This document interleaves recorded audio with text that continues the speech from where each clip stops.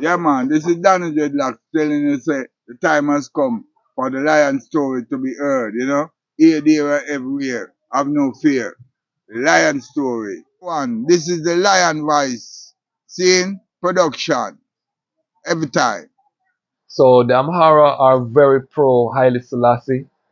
I've seen things circulating online, and I know some of our Rastafari brethren very excited. They're flying the Lion of Judah flag, all of these things, and I see these things, and I'm very cautious because while we love Lion of Judah flag, while we love the pro Haile Selassie and the pro Solomonic dynasty, we do not desire to see Ethiopia split. We do not desire to see a civil war.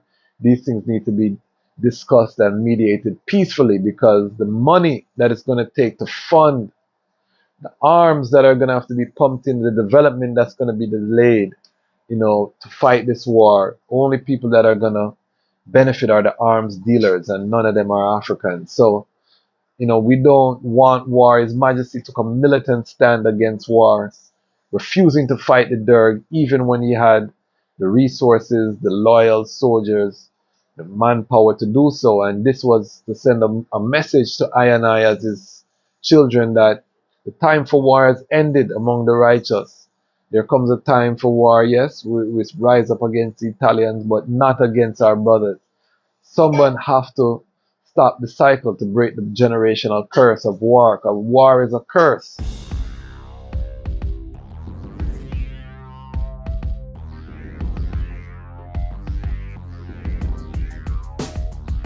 Well, lion voice, tell them that's the people first choice. Lion voice, make the lioness them feel nice. Lion voice, with the lion cubs we sacrifice. Lion voice, got to show the people them the life. Lion voice.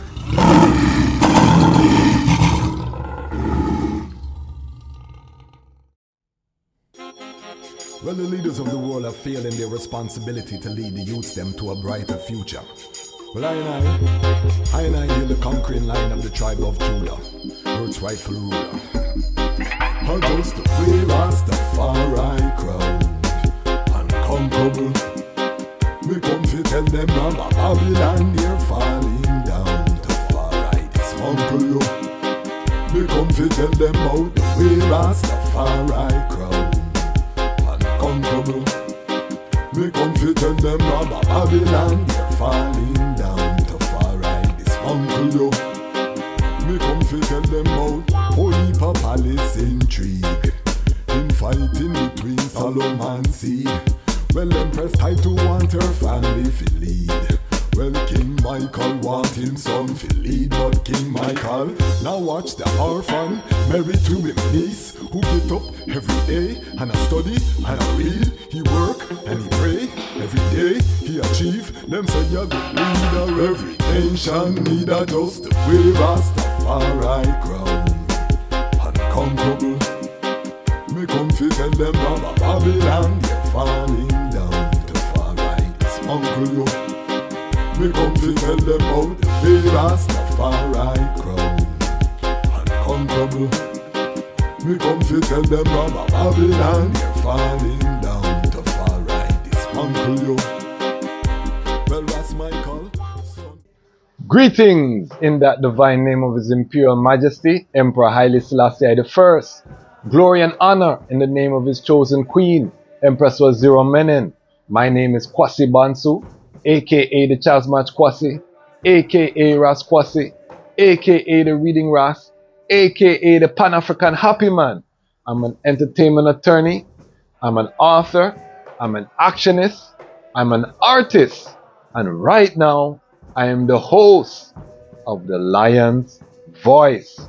Welcome to the Lion Voice Network, and welcome to our flagship program, The Lion's Voice, where we look at topics from a Rastafari perspective, everything from relationships to world affairs to recent events. We look at all things through the Rastafari lens here on the Lion's Voice, because the time has come for the lions to tell their own story, and the lionesses, because we big up the sistren them, asking the sistren them to please subscribe and get us from less than 3% to 40% female at least we would love to see on this channel. We also, by serving Rastafari, we are confident that we can appeal to the wider Pan-African community and to the wider human family. So even though we serve a niche, by looking at the things from that micro perspective, we believe there are universal truths that apply to all people. And so we say welcome if you're not Rastafari. This is also your home. The Lion Pride is not just Rastafari. And how do you become part of the Lion Pride? If you subscribe, you are part of the Lion Pride. And I want to big up the Lion Pride because we are growing. Over 1,300 of us now stand shoulder to shoulder virtually across the planet Earth. Our goal, 10,000 by January 1st. So tell a friend to tell a friend, tell a brethren to tell a brethren, tell a sister to tell a sister. We have only 3 Fire Angels in the Patreon. We lost a Patreon last month, so things happen.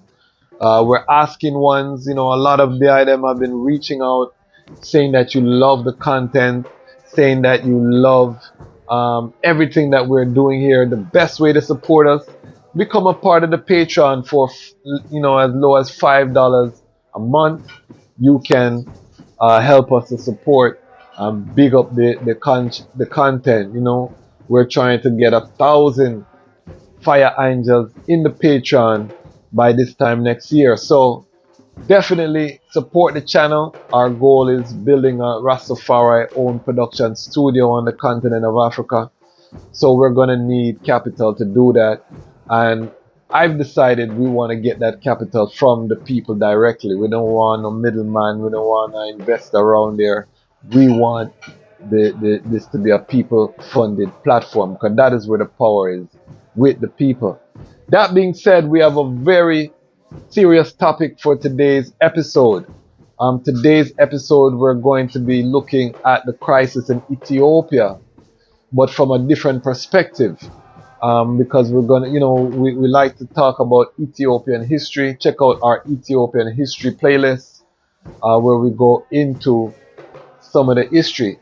We just passed August 17th, which was the Earthstrong of the Honorable Marcus Messiah Garvey, but also the Earthstrong of Emperor Menelik II and Empress Taitu, and also Crown Prince Zeriakob. So a very important day for Rastafari, but Emperor Menelik in particular, along with Empress Taitu, are key figures, and some of the current conflict that's happening in Ethiopia today, we can trace some of those roots to that period, and we're going to go do a deep dive the next, we're going to do a series. This is going to be part 1.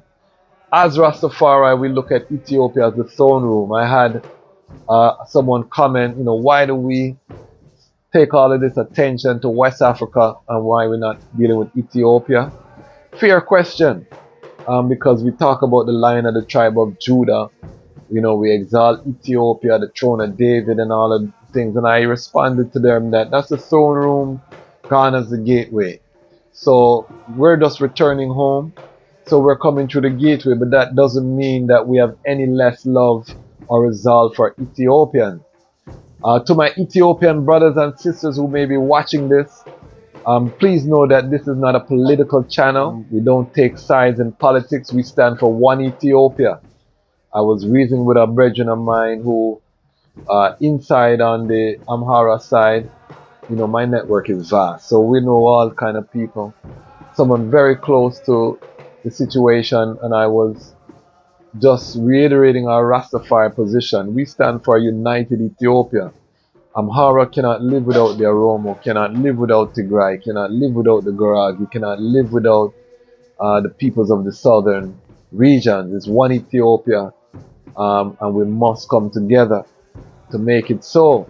And this was the vision of His Majesty. So as Rastafari, we cannot go any less, and we cannot let them trick us into the civil war, which seems to be unfolding right now in Ethiopia. Some dreadful things are happening. I want to just play a little small clip of the situation and then come forward and we reason on it just to give some context.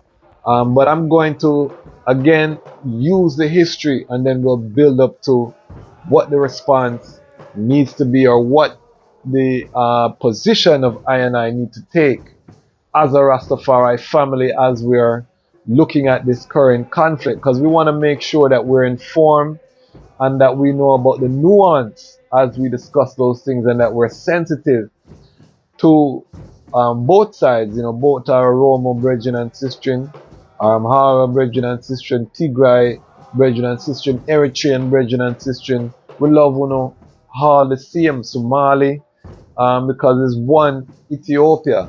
Somalis are part of the Ethiopian empire because the people of Harar, that Ogaden region, are Somali ethnically. So all of these nations are part of the empire. I use the word empire because we have an emperor, Emperor Haile Selassie, and if you look at the revised constitution, it says the Empire of Ethiopia. So by law, these things were put in place, and the empire is a collection of nations, not just one nation. A collection of nations, king of all kings. So let's take a look at the clip and then we come forward and reason. Ethiopia has plunged into a state of political crisis. This as the government declared a 6-month emergency in second largest region of Amhara on Friday. The decision comes on the heels of a week-long unrest which has spiraled into one of the most serious security crises in Ethiopia. Tensions in the region have been sparked by clashes between the country's military and the local Fano militia. Reports say that these clashes were triggered when the Ethiopian National Defense Force launched an operation to push Fano fighters out of Kobo and other areas in Amhara. Fano militiamen then seized the holy town of Lalibela, which is home to a UNESCO World Heritage Site. Authorities at the center took this decision after Amhara's regional government requested additional help to impose order in that region. But these clashes are not a spur-of-the-moment incident. Early in April, Fano fighters took part in a week of violent protests across Amhara after Ethiopian Prime Minister Abiy Ahmed had ordered security forces from the country's 11 regions to be integrated into the police force or National Army. The protesters felt that the directive was meant to weaken Amhara, an accusation which the federal government had denied. Fano is a part-time militia group which is said to have no formal command structure. Previously an ally of the forces, the group had backed federal troops during a 2-year civil war in the neighboring Tigray region that ended with a truce last November.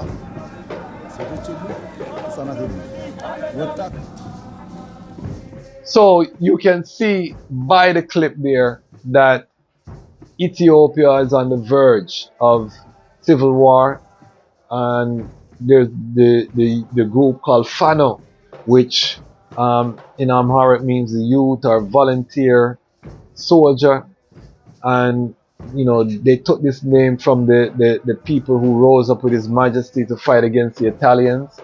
So the Amhara are very pro Haile Selassie. So I've seen things circulating online, and I know some of our Rastafari brethren very excited. They're flying the Lion of Judah flag, all of these things, and I see these things, and I'm very cautious, because while we love Lion of Judah flag, while we love the pro Haile Selassie and the pro Solomonic dynasty, we do not desire to see Ethiopia split. We do not desire to see a civil war. These things need to be discussed and mediated peacefully, because the money that it's going to take to fund the arms that are going to have to be pumped in, the development that's going to be delayed, to fight this war, only people that are going to benefit are the arms dealers, and none of them are Africans. So we don't want war. His Majesty took a militant stand against war, refusing to fight the Derg, even when he had the resources, the loyal soldiers, the manpower to do so. And this was to send a message to I and I as his children that the time for war has ended among the righteous. There comes a time for war, yes, we rise up against the Italians, but not against our brothers. Someone have to stop the cycle to break the generational curse of war, because war is a curse. And His Majesty took a militant stand, which is why we hail him without apology. Behold the upright and mark the perfect man, for the end of this man is peace. His Majesty fulfilled these things with his action. So, one of the things, as the item know, I am an author.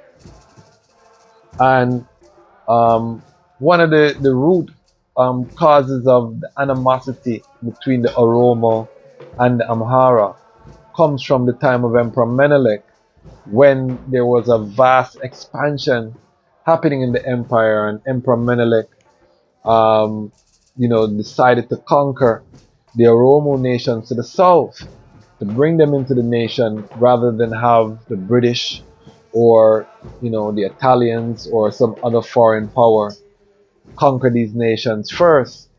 And this is why, and there were some bloody conflicts, RC, certain regions that were very bloody. Menelik did not fight personally in most of these battles. It was fought by his generals, but nonetheless, he was the emperor. He gave the orders. Menelik is also a man of war who fought on the battlefield, famously in the Battle of Harar with Ras McCunnin and other battles as well. So this is part of what brings the animosity. So since we just celebrated Menelik's Earthstrong, Empress title Earthstrong, I said let's do a deep dive into the life of Emperor Menelik, part of our Ethiopian history series, and then we come up and then we'll look at this current conflict and see where does this conflict really arise from. And then we're going to also see the conflict with Tigray, how that branches off. When we look at it from a historical conflict, we see that these nations have been at war for hundreds of years. So when we talk about the period of peace, of relative peace that was during His Majesty's reign, we see that that wasn't the norm. It's an anomaly. And this is what makes the work of His Majesty so magnificent, and this is why the powers that be have tried to suppress the accomplishments of His Majesty during his reign, so that these youths that are fighting these wars know nothing about the king or his contribution, because they came up in a time of the Derg and then the Tigray government, and these regimes removed Haile Selassie's legacy from the curriculum. It's only now that these things are starting to come to the fore, and this is partly why the Amhara youth, who are some of them starting to unravel this legacy, feel cheated and the animosity and feel like they're being genocided or trying to be wiped from Ethiopia. So again, let's do our deep dive. I'm going to read from my book. I'm going to read from chapter 21 and set the scene. If anyone, one of the things I love about Emperor Menelik, his life, if anyone, we talk about Game of Thrones, we talk about Lord of the Rings, we talk about the Marvel Cinematic Universe, we talk about DC Comics, all of these things that can fall into the epic fantasy type realm, superhero realm, these things, fantastical stories. If anybody can claim to have had a fantastical story in the history of Ethiopia, it's Emperor Menelik. When you read his life story, it really reads like something out of a fairy tale book. He was taken captive as a child, massive war at his doorstep when he was only a child, in prison, grew up in a mountain fortress in prison with the children of nobles from across the empire. So he grew up with Emperor Johannes, all of these other elites from the different kingdoms, their children as Emperor Tedros, conquered, he took their children captive and had them educated together up in his mountain fortress at Magdala. So Menelik grew up in this environment and had to plan his escape, made a daring escape, went back to Showa, crowned, had to bow down before Emperor Johannes, before him himself becoming emperor after Emperor Johannes dies on the battlefield.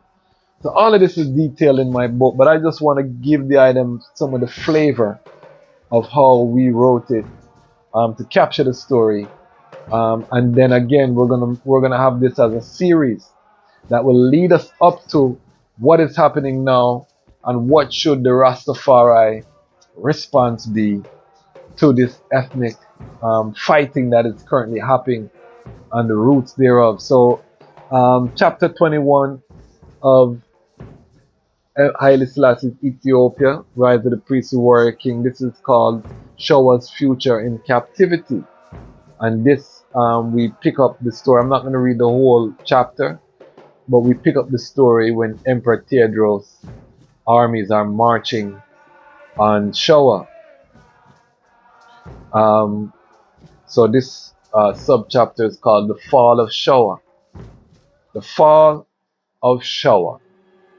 In 1855, about 37 years before the birth of the baby boy, both Showa and Gondar stood in the way of Emperor Tewodros II's rise to power and unifying campaign. They had to be neutralized. With an army of 50,000 men, the emperor entered Showa. Emperor Tewodros II met little resistance.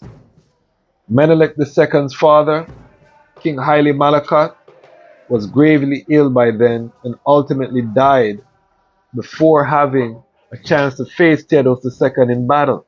His body was quickly buried by his followers.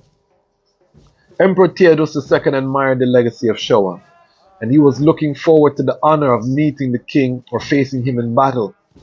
When his imposing army of war-hardened soldiers marched into Showa, inspiring awe in the highland inhabitants, Tewodros II did not believe that Haile Malekat had already died.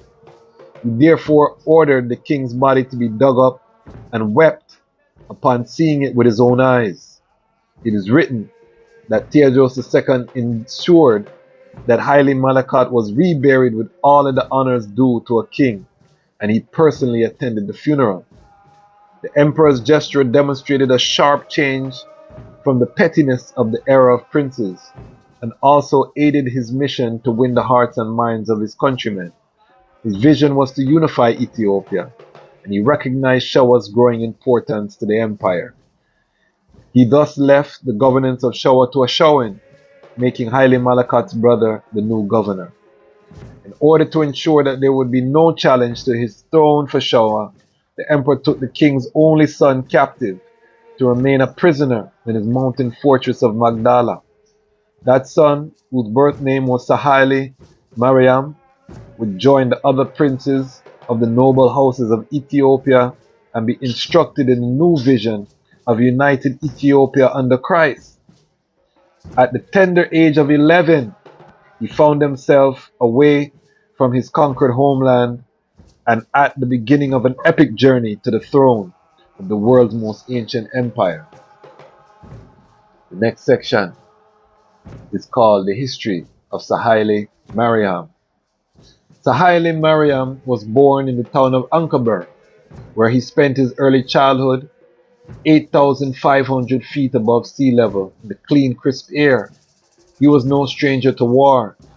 Ankaber itself was originally inhabited by Ethiopia's Oromo people, who had migrated to the region following the reign of Imam Ahmed Grand, until it was conquered by Haile Mariam, Showan ancestor, the fearsome commander Amhara Iesus.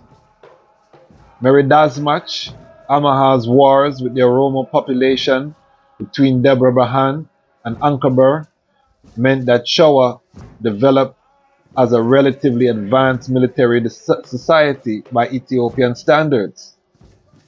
Despite its tragic and bloody beginnings prior to the evil days, Ankara, the Showan capital, was a pleasant place by most accounts.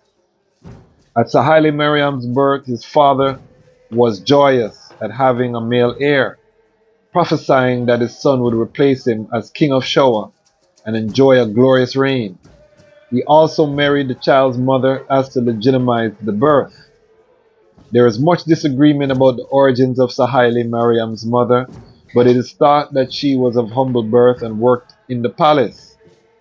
In a nation where the genealogies for nobility are kept with biblical accuracy, it was difficult for scholars to find information about her background. Sir Haile Mariam would indeed ascend the throne with a name that would justify the faith of Haile Malakat. However, it would be some time before that name became synonymous with the glory of modern Ethiopia.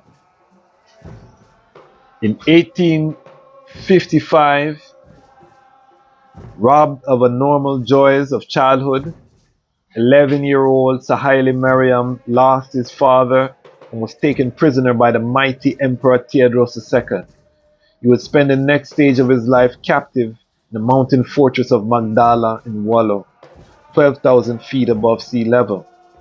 It was at Magdala where he learned the art of governance. As he became a man, he was surrounded by all the intrigues of the royal court, studying all he saw intently. Though captive, along with the sons of other Ethiopian nobles, he was treated like a son by Emperor Theodros II, once stating, "Although he killed my father and took me to his court, he always loved me as a son. He educated me with the greatest care and almost showed for me greater affection than for his own son." Sir Haile Mariam went as far as to say that Theodros II declared to him on more than once that I would rule after him. The emperor not only gave him the title the Chazmach, but he also gave him the hand of his own daughter in marriage. Despite receiving such good treatment and also sharing in the emperor's vision of a fully united Ethiopia, the Chazmach Sir Haile was a proud Showan. He viewed himself first and foremost as the heir to the throne of Showa. Thus, when the opportunity presented itself, with the help from Muslim Queen of Wollo, he made his escape in 1865. The loss of the Chazmach Sir Haile enraged Emperor Theodros II. In response to the assistance provided by the Wollo Muslim Queen, he had her son and his associates who were captive hacked to pieces in front of him. He also had some of the Amhara dignitaries beaten to death with bamboo rods. Despite his rage at the security breach, his deep affection for Sir Haile Mariam and his uncle, who remained behind, prevented him from retaliating against them. The emperor's continued bloodlust caused many members of the powerful army to desert him.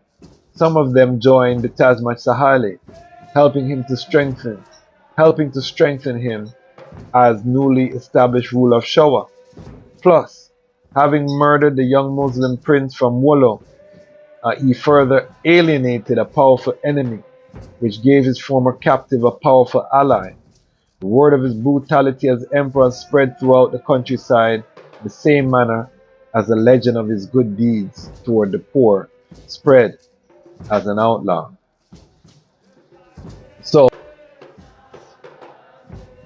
So you can see epic beginnings for Emperor Menelik.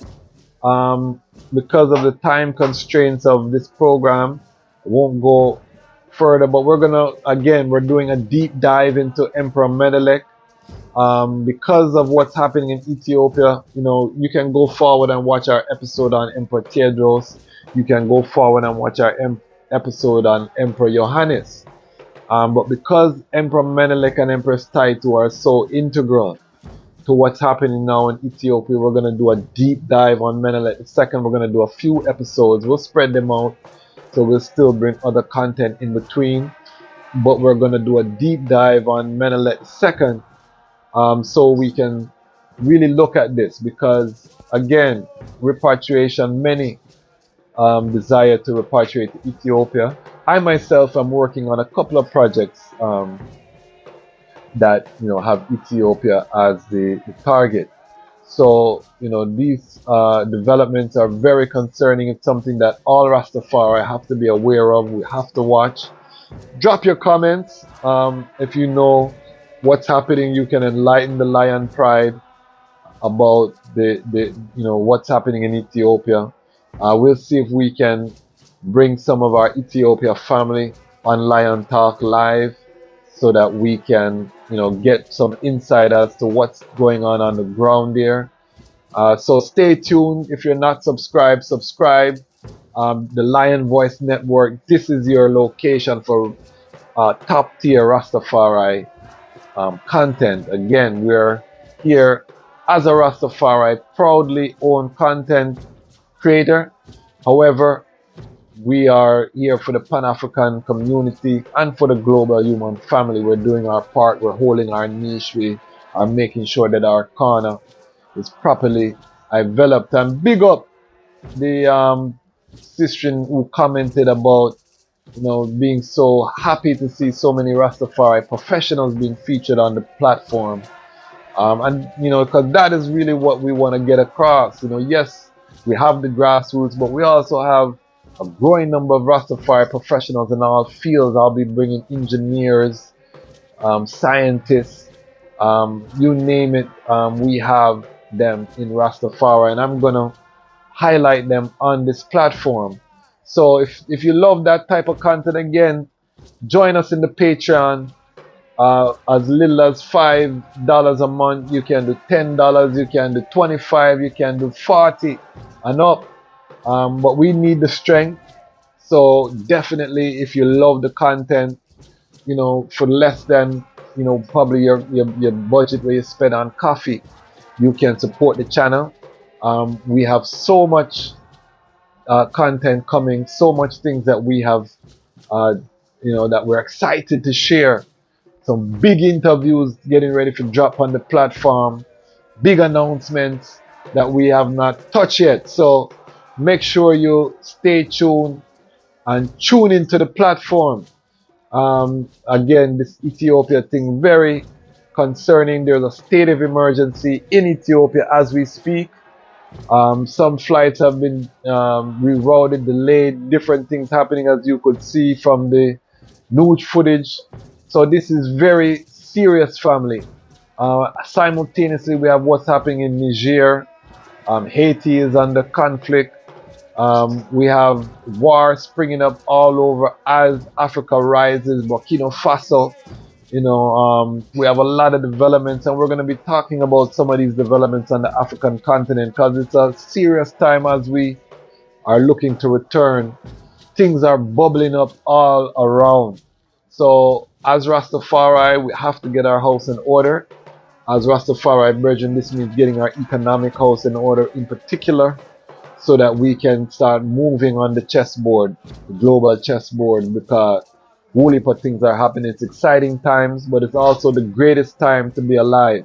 And as I say, the best times for Rastafari were not in the 70s, early 80s and them time. No, the greatest times for Rastafari are ahead of us, brethren and sisters. We are headed for a golden age like never before seen, because we are actively setting the foundations and building Zion, building the institutions that are going to carry us to a next level. We see how much joy and islandness just from the thought, just from the liberty. So you can imagine when we institutionalize and strengthen these things so that they become sustainable, so that we don't have to hustle in Babylon. We can stay within our own Rastafari generated ecosystem and be who the Almighty destined us to be, sons and daughters of the Most High.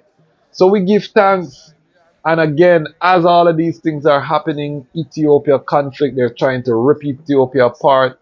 They're trying to divide Ethiopia. His Majesty said Ethiopia must never be divided along tribal lines. They divided Ethiopia along tribal lines, talking about Amhara region, Oromo region. This was against the teaching of His Majesty. And because they did that, what is happening is happening.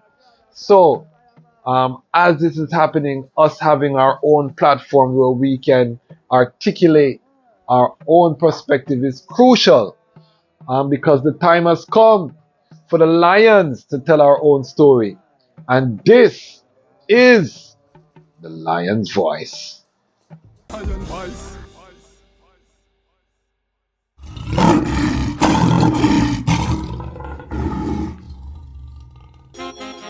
Well, the leaders of the world have failed in their responsibility to lead the youths them to a brighter future.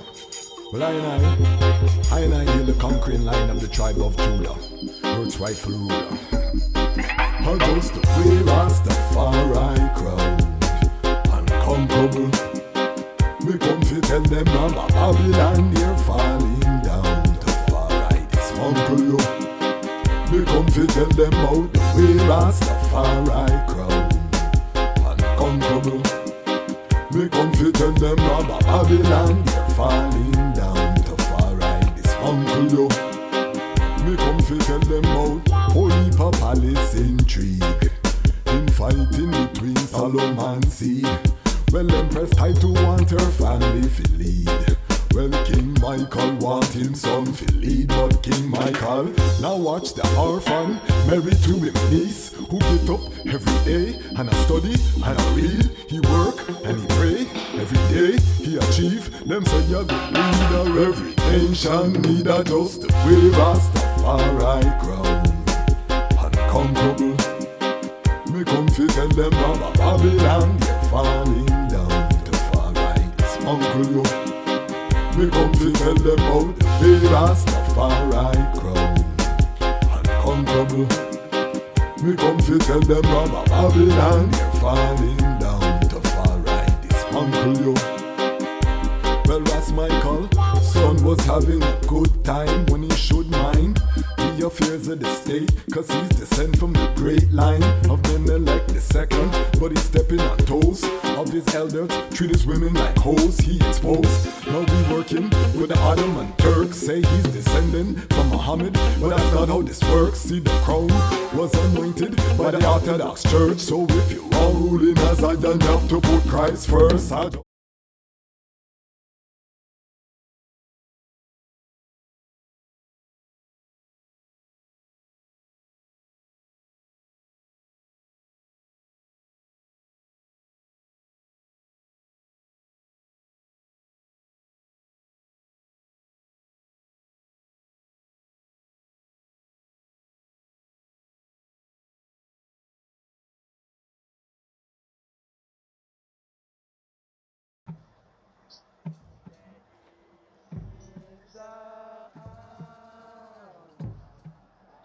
I have to take some time and big up my sponsor, CMAS. Big up CMAS. Refreshing, nice, give you the spice that you need to make things nice. Exercise, vibration, vibrant.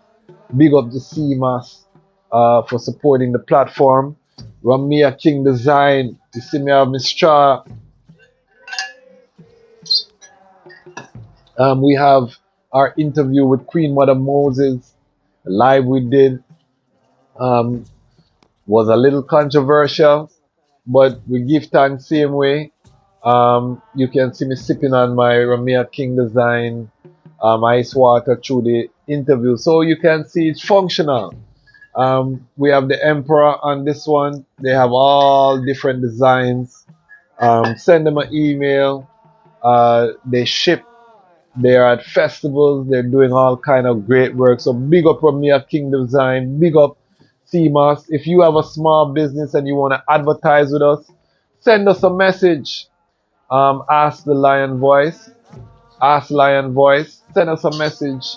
Let's see how we can do business. We are accepting to send you our sponsorship package. We have affordable rates. Grow with us as we grow. This is the Lion Voice. You can see the merch. Make sure you support the merch. Reading Ras. We're going to be bigger than Michael Jordan. Remember me tell you that.